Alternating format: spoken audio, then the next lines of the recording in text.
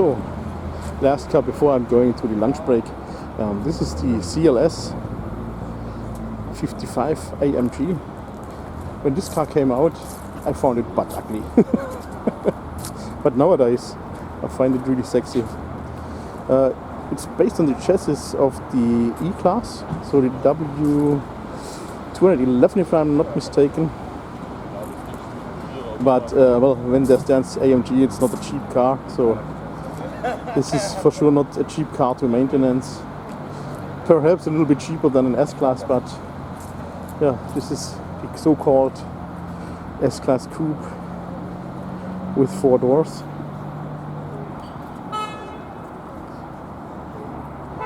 And nowadays I really like them.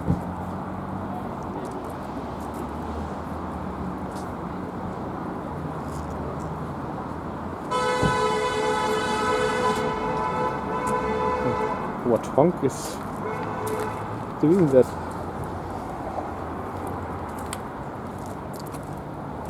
Beautiful, just in my opinion. Sorry guys, but that's what I'm thinking. Of course there are more beautiful cars, but yeah, I like it anyway. Here, S-Class Coupe, the S126 series. Beautiful car in my opinion. Well, I totally love the 126 series, no matter if it's the saloon or the coupe. Cabriolet was never officially made, but there was one from Koenig Special. I've also seen it once here before. It was so beautiful in red. Ah, beautiful car, beautiful car. And left beside is a Jaguar, or a Daimler 66 as it stands there. I was first already thinking, Jaguar with an open hood. So when the bonnet, like the British are saying, is opened, it's never a good sign at a Jaguar. But this isn't a Jaguar. You can tell here. So there's the D. D stands for Daimler. Daimler. Not Daimler, Daimler. Because this is the British one. So here you can see it. Daimler 66.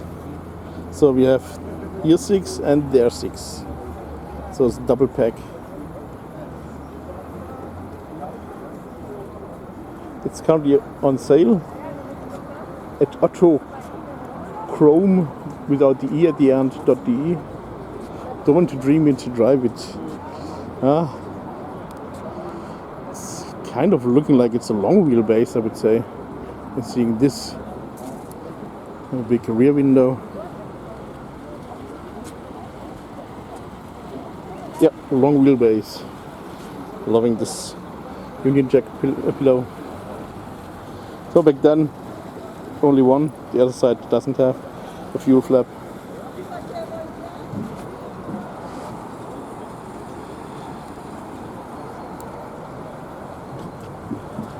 Oh, it's beautiful with a red background. Wow.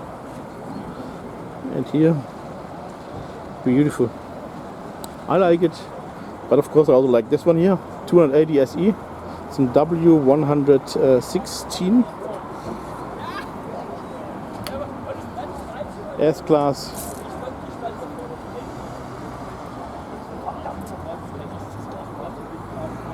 From the 70s if I'm not mistaken. And here the Daimler 66. Long wheelbase. So, but now I really have to eat something. So my friends, I've already managed to get inside of the Mercedes-Benz Museum building. As you can notice, I've already bought something. And I'm now here at the Bertha's restaurant. And I'm going to order soon my lunch. But I want to show you what I have here. So that's what I've got. Mercedes-Benz 190 SL. So for my diecast collector friends, that's something I can show you pretty soon.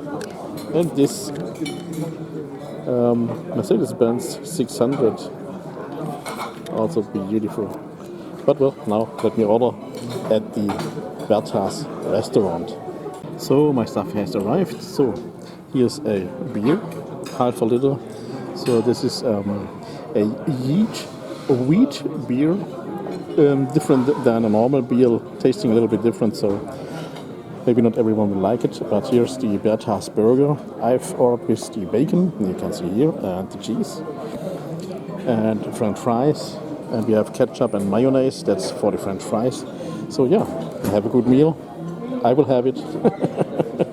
Oh, by the way, it was funny when I was arriving. Then the waitress was asking if I'm with 3, and I was just looking down to my belly, and I was like, almost.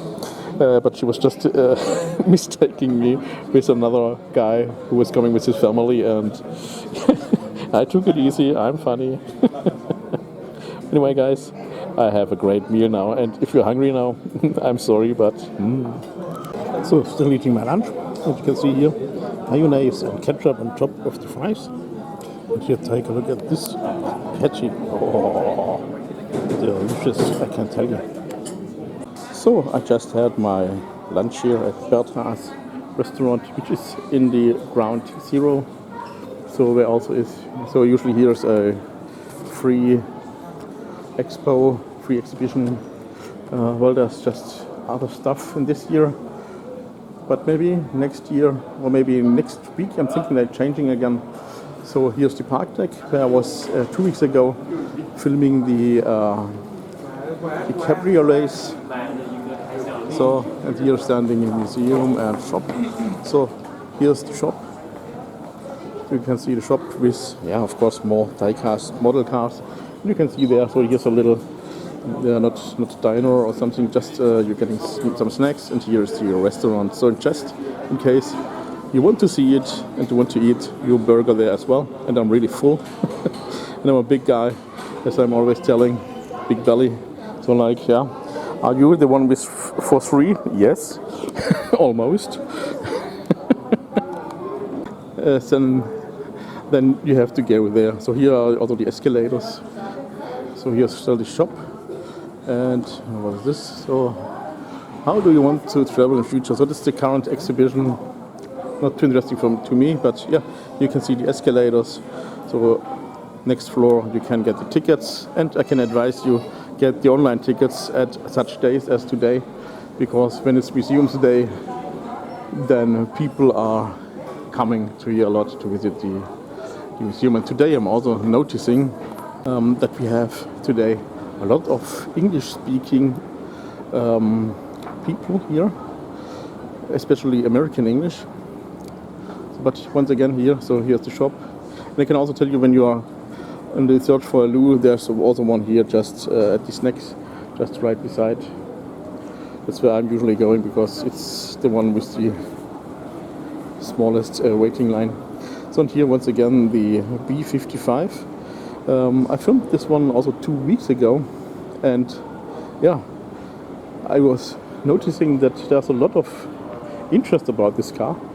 So here once again, so as it says, the vehicle exhibited here is a one-off created by a team of trainees at Mercedes-Benz.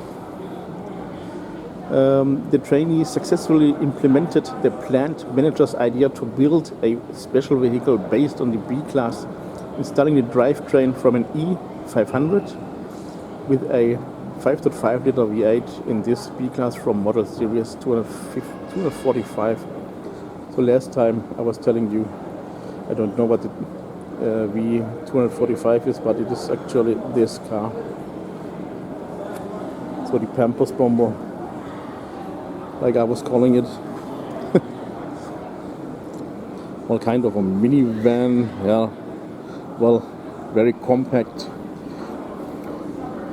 B55, the first generation of the B-Class. Not a very successful model from Mercedes-Benz. At least I can tell that I've seen much more A-classes. And of course the C-Class. C-Class is a very big seller here in Germany. Still up today. Perhaps their best seller. This year the B-Class was usually purchased by people who were older, so it was not really a Pampers bomber, more a retirement bomber. But yeah, so a B55, a one-off, not an AMG, but a B55. But now let me head back to the classics and coffee, and yeah, also bring my bag to the car with the wonderful, the the wonderful classic car models from Valley in the scale 1 to 38. I will show them also to you sometime. I went here, by the way, guys. That's what the tickets cost. Some people were saying it's expensive, but you haven't been in Speyer or in Sinsheim, because that costs 23 euros for adults. And just a little overview about the museum, so you can see the waiting queue of people, because everyone wants to go to the museum today. It's cold, well, kind of cold. Well, today it's actually one of the better days compared to the last few days, but yeah, so it's a museum's day when people deciding, yeah, let's go to check out the Mercedes-Benz Museum. Anyway, here in silver, a very popular color back then when this car was out. What is it? C208 CLK. I really like them. Perhaps I should have bought one of these. They can have rust problems, like as every Mercedes-Benz from that era, but I really like them. Reminds me about my W210 that I had. But this one is built on the chassis of the C-Class, the W202. This, by the way, is a CLK at 320 coupe. I like them. I really like them. Some people may think I'm weird because some people don't like the car, but I like it. So here's also something about the special exhibition at Ground Zero. Level 0, I mean. There's also sense interactive, so it's more interactive stuff. Not this interesting to me. Usually they had some old cars and such stuff, but yeah, this exhibition is too long and not this interesting to me. But yeah, what do you actually think about this here? It's a tram from Stuttgart here, from SSB. Then there's a bus. Do you also like videos about, let's say train spotting or bus stopping or something? Not stopping, bus stopping. I'm saying again. Bus spotting. So it's the EQE maybe. Electric vehicle. I like them, but I'm not ready for that. So,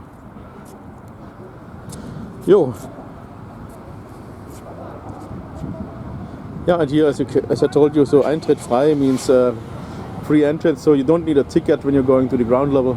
Of course, it only makes sense if you are living around here, because then it costs nothing to you except just coming to the classics and coffee. So as a tourist, you're of course coming to see the entire museum. Anyway, guys, here you can see something. My guess is that this is the series 1.5. No, definitely not. And I can also notice, I'm just seeing the bunny ears headrests, but it's seeming like I'm wrong. And here you can also see, so the grille is a little bit more narrow but higher. So this is first series. And I'm also noticing some details about this one. So my first guess was it's on 1.5, but no, definitely not. So the first series of the stroke 8 is in 200, then it's a W115.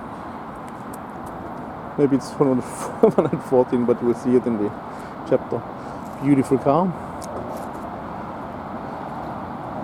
And this must be one of the earlier series because, well, we have the old steering wheel well, you can of course replace it, but maybe hard to see, but maybe you can see it this way better. So here we have the gearing stick, and we have also this gearing stick on this particular car for the manual, so it's not an automatic, most likely, so it's a manual. Beautiful car, stroke 8.